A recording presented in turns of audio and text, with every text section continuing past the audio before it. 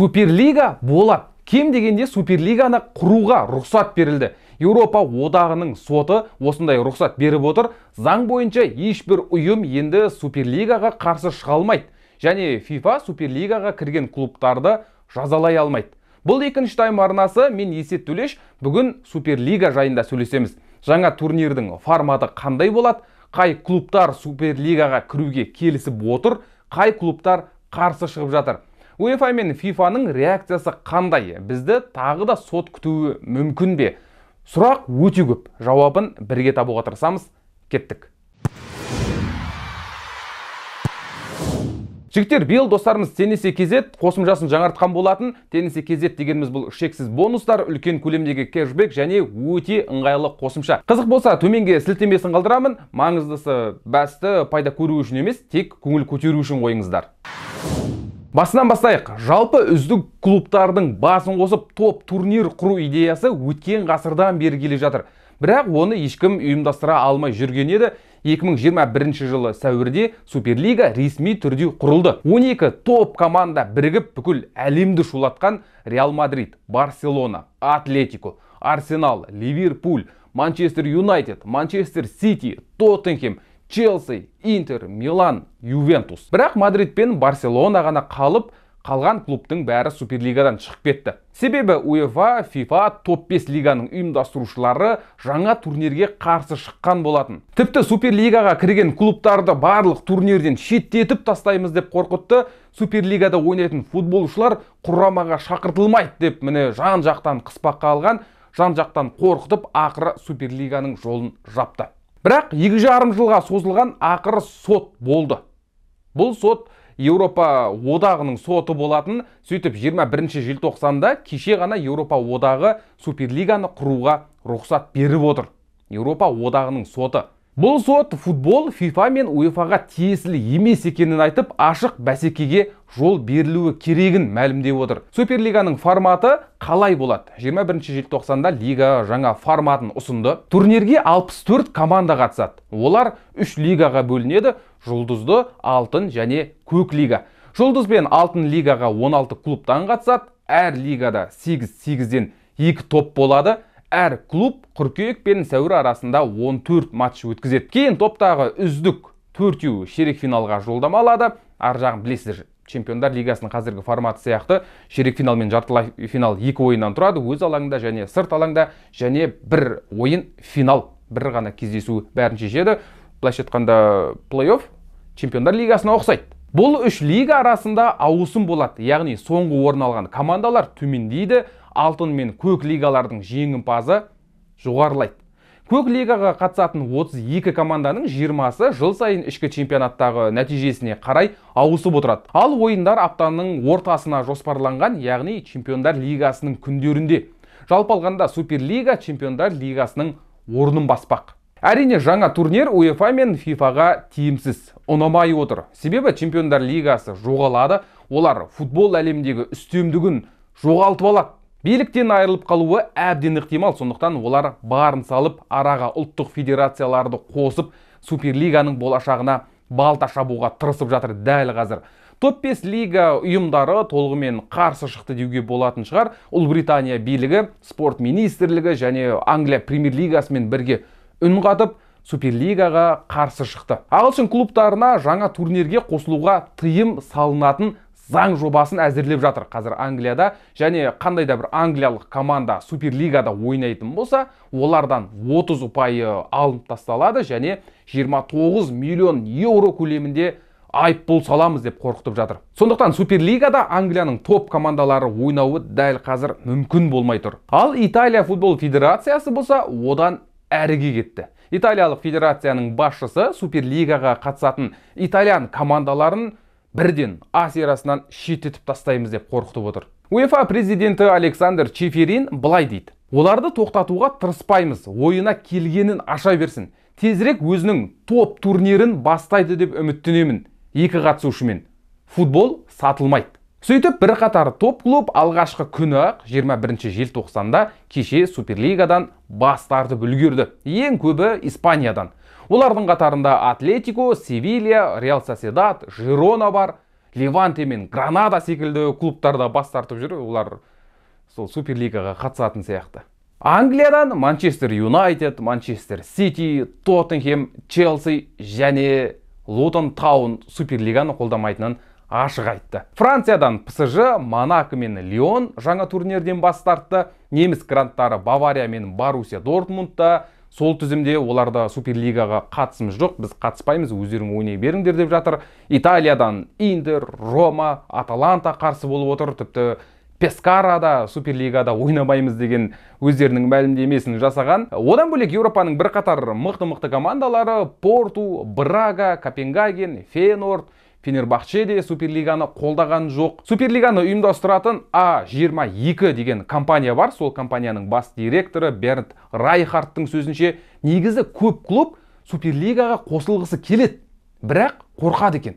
Көптеген клуб жобаны қолдап отыр, бұл туралы олар бізге өздері айтқан. Бірақ қазір қорқытуларға байланысты бұл пікірін ашық айта алмайды. Шынымен қорқытып жатыр. Және ол Суперлигаға арабтар қосылмайтынын үзілді-кесілді айтты, нүктесін қойды. Суперлигаға ешбір сауд клубы қосыла алмайды, бұл тек еуропалық жоба. Ол тек еуропалықтарға арналады деді. Ал арабтар болса соған қарағанда Чемпиондар лигасына кете беретін сияқты. Дәл қазір Суперлигада қандай клубтар бар деген сұрақ туындайтын шығар. Екі-ақ команда бар дәл қазір: Реал Мадрид және Барселона. Суперлиганың әлі де өшпей қалуына дәл осы екі клуб себепкер болып тұр. Олар соңына дейін күресті, дәл осылар соңына дейін соттасты, ақыры жеңіп шықты. Реал мен Барселонадан бөлек кеше Суперлигаға Наполиде қосылуға қарсы емес екенін айтты. Наполи президенті Аурелио де Лаурентис бұрыннан негізі Еурокубоктарға альтернатива болатын турнир керек деп жүрген, міне сондай турнир ашылып жатыр. Де Лаурентис Суперлига құру идеясын баяғыда 2011 жыл айтып тастаған негізі. Бірақ әзірше ешбір клуб ресми түрде ашық қолдау көрсеткен жоқ. Наполидің өзі ресми мәлімдеме жасамады. Дегенмен Mundo Deportivo ақпараты бойынша Суперлига бір қатар еуропалық клубтың келісімін алып қойған. Дегенмен олар дәл қазір УЕФАдан, ФИФАдан немесе өздерінің лигаларынан, өздерінің федерацияларынан қандай да бір санкция болама, тыйым болама, қорқыту болама деп сескеніп, әзірше ашық мәлімдеме жасаған жоқ. Дегенмен алдағы уақытта Суперлигаға қосылатын командалардың қатары қосыла беруі мүмкін, көбейе беруі мүмкін. Дәл қазір Суперлигада негізі проблема өте көп. Көптеген топ клуб бірінші кезекте бас тартып жатыр. Суперлига мысалға ағылшынның топ командаларсыз өтпейді.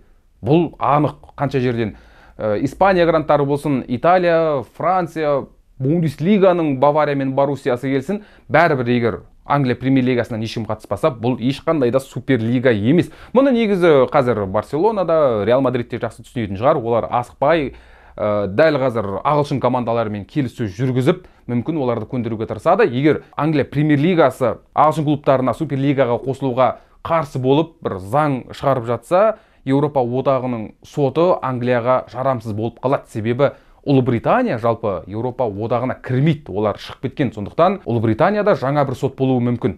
Әбден ықтимал. Мұны тағы да Суперлиганы бірнеше жылға шегеріп тастайды. Қалай дегенде де Суперлига Англия премьер лигасының клубтарынсыз болмайды. Негізі Суперлигада ақша өте көп болады деп жатыр. Оған қатысушылардың табысы Чемпиондар лигасынан да көбірек болады. Бірақ клубтар дәл қазір қалай іріктелетіні белгісіз. Жалпы Суперлига Чемпиондар лигасын ауыстырады деп жатырмыз. Аптаның ортасында болады. Жалпы Чемпиондар лигасы ғана емес, Еуропа лигасы да, Конференция лигасы да кетуі мүмкін. Олардың орнына міне 64 команда Суперлигада ойнайды аптаның қақ ортасында. Бұл жағдайда әрине біз үшін, қазақстандық футбол клубтарының жанкүйерлері үшін сәл тиімсіздеу. Себебі Чемпиондар лигасы секілді бірден топ командамен кездесе салатын мүмкіндік енді болмайды. Егер мысалға Қазақстанның чемпионы дәл қазір Ордабасы Суперлигаға жолдама алғанның өзінде, олар 3-ші лигасында, яғни көк лигада ойнайды. Бір жақсы жері көк лигада орнын сақтап қалса, өзінің ішкі чемпионатына қарамай жоғарылай беруіне мүмкіндік бар. Негізі Суперлиганың плюсы де минустері де бар. Форматы әлі нақты 100% нақтыланбаған, сондықтан дәл қазір бұл жайында бір нәрсе айту қиындау. Негізі қалай дегенде де Суперлига бола ма, жоқ па белгісіз. Бірақ УЕФА мен ФИФА монополияға айналғаны сөзсіз. Олар білгенін істеп жатыр. Чемпиондар лигасының форматын өзгертеді. Келесі маусымнан бастап Еуропа чемпионатында 24 құрама қатысып жатыр. Келесі 2026 жылға әлем чемпионатына 48 құрама қатысады.